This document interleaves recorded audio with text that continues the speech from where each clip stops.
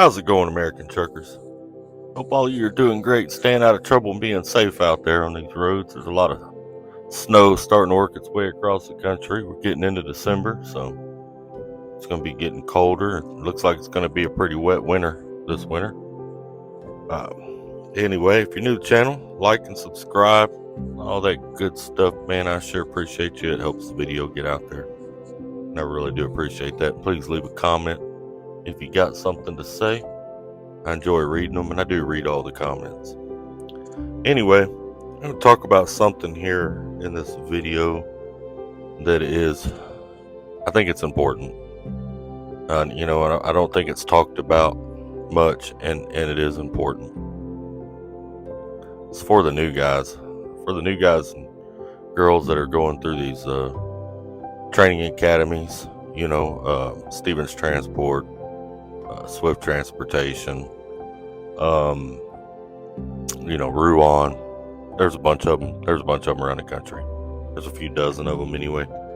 But I went through Stevens Transport when I first started in the industry, and Stevens. Oh man, they'll tell you a lot of things that just ain't true. Now, I ain't talking about the driving aspect of it. A lot of the techniques and things they teach to help you drive safely are good techniques. I still use them over a decade later. I still use those techniques, a lot of them. So that type of stuff you're good on. And I don't know how the other training academies do it, but Stevens Transport was horrible. I mean, absolutely horrible for lying to drivers. I remember when I first started driving, like the first few years, well, actually probably my first 5 years out here, because it was a couple years after I left Stevens before I started to realize that a lot of what they told me was BS. It was just flat BS. It was a flat out lie. But Stevens had this habit of, if they wanted you to do something, they would lie to you and tell you that it was a law. I had all these ideas, all these different laws I thought they had, man. Back in those days, we were on paper logs, and I remember going in and seeing Donna Stevens. She was the one over the logs department back then.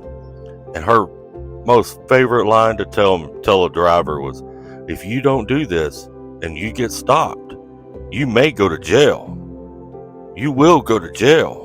And I mean, I remember thinking, God almighty, I got so many dang ways I can go to jail driving a truck that I'm not sure I want to drive a truck anymore.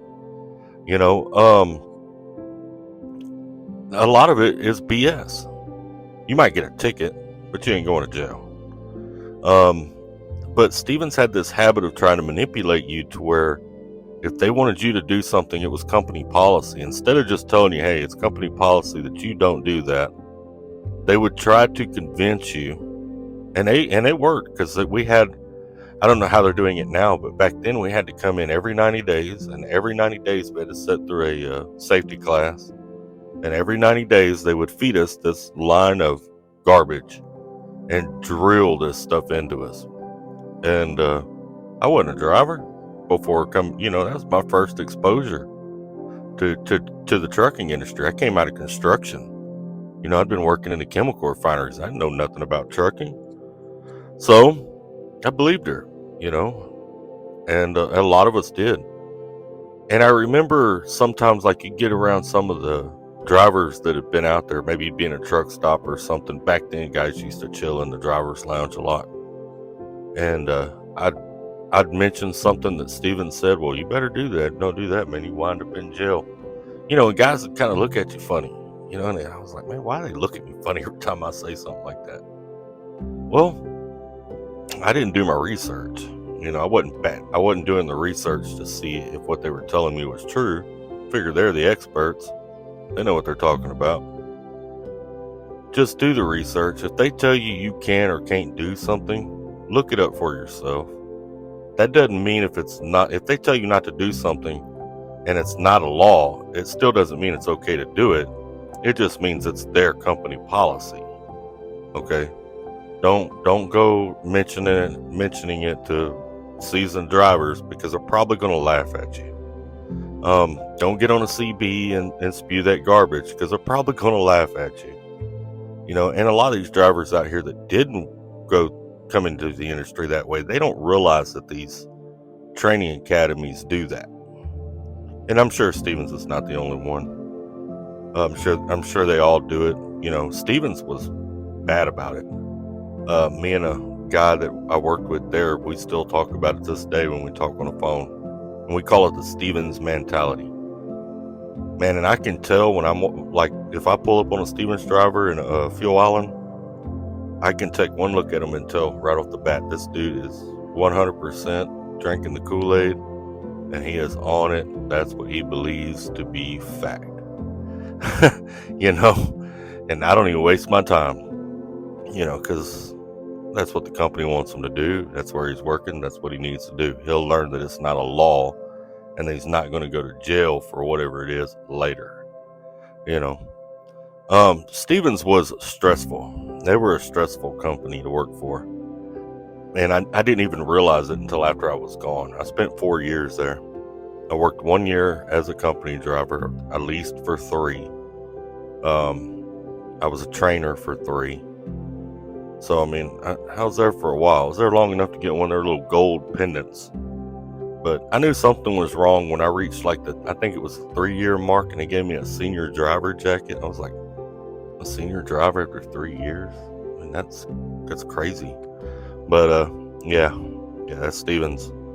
I don't know what the turnover rate is now, but back then it was pretty high. I think after about 6 months, I was the only one left from the group that I came in with. We all stayed in contact. There's a couple of us still in contact all these years later, but I lost contact with a good majority of them. But after about 6 months, I was the only one still there.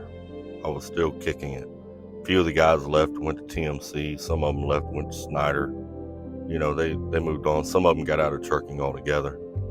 But really good group of guys and girls that I went through the school with there. I actually went through Stevens School on their property there in Mesquite, right outside of Dallas.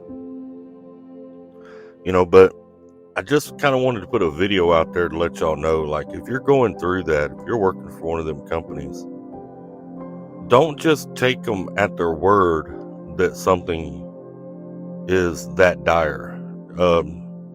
You got a phone. Google it. Look up what the law says. Look up what the law really is.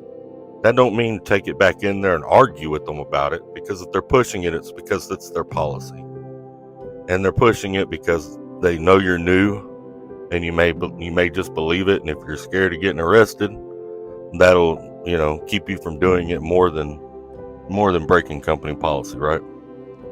So, and that's their idea behind it. You also got to remember that a lot of these training academies have a lot of rules. And that was another thing that made Stevens so stressful. It had so many freaking rules. But you got to understand that they're a training school. Most people there are inexperienced drivers. So their way of protecting themselves with all that equipment out there so you don't hurt somebody, hurt yourself, kill somebody, kill yourself, cost the company a whole lot of money, is they try to create a rule for anything you may do that could get you or somebody else hurt. Instead of just telling you, hey, you shouldn't do that, they try to create a rule that keeps you from doing that. Like U-turns. I know Stevens will fire you on the spot for a U-turn. Stevens doesn't want you parking on on-ramps, off-ramps, all that kind of stuff, which makes it really, really difficult because some of the places they deliver, there just is no freaking parking anywhere. They don't want you parking on the street.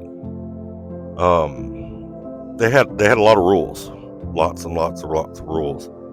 And like I said, I don't know how much they've changed over the years. I don't know if they've gotten worse or better. I don't work there anymore, and I haven't worked there in a decade.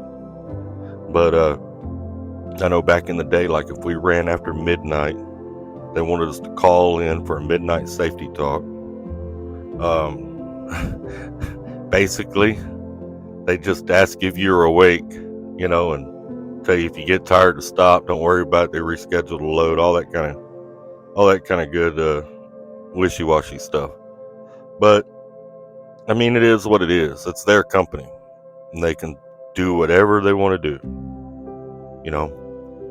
I also want to tell you that if you're at Stevens and you're thinking about leaving, and you're thinking it's the same at every company, because one of the reasons I stayed at Stevens so long is because I figured every trucking company was the same.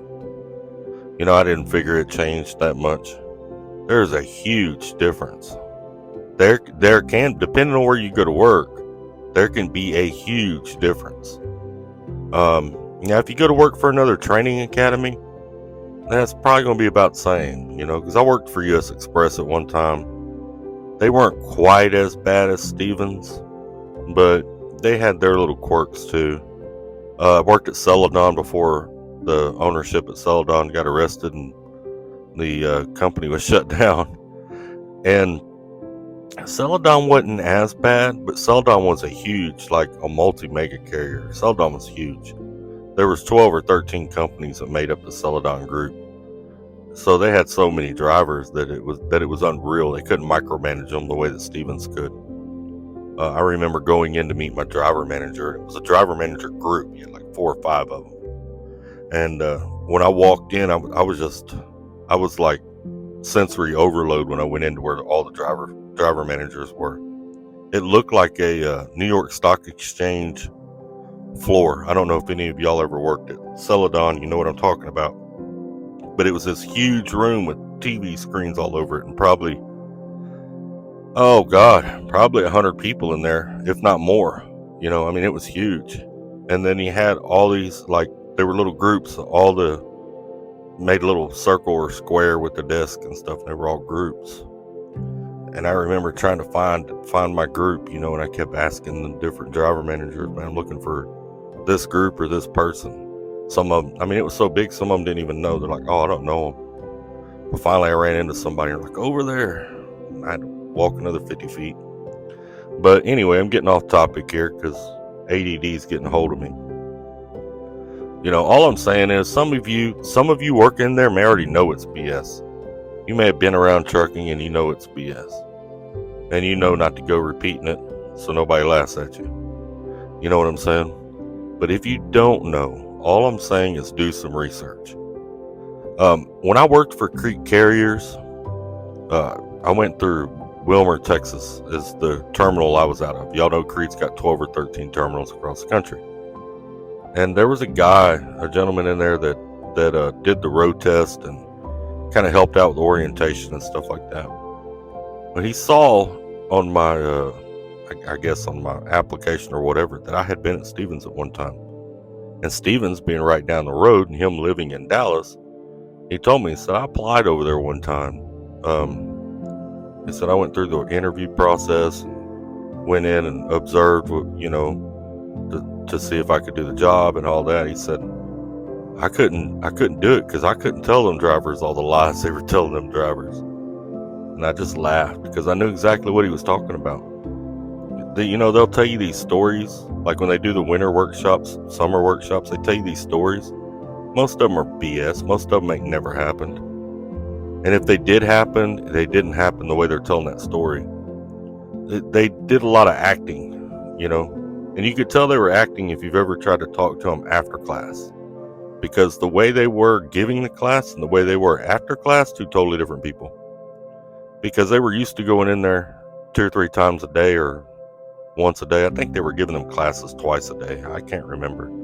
But it'd be like twice a day for several weeks. They'd give that same class. They were just going through the motions. They're just telling you crap. You know, whatever their supervisor approved is all that was. And it was all very much rehearsed. And if you've been around that kind of stuff, you know it was all rehearsed, you know. And I don't know if they still do it that way. I've heard they do it online now, so that may have changed. But if you're working there, do your research. Know what the law really says. You know, and that way you won't get on the radio or open your mouth in front of a bunch of drivers that have been around for 15, 20 years and sound crazy, you know. Be looking at you 10-carat crazy because you're spewing some BS that Stevens or one of these trucking schools have done told you. Just some friendly advice, man. But y'all take care, stay safe, be good to one another. Remember, we are all family out here. Even if we are a bit dysfunctional, doesn't mean we all like each other. You can be family and not like each other, but we are all family. Y'all keep trucking.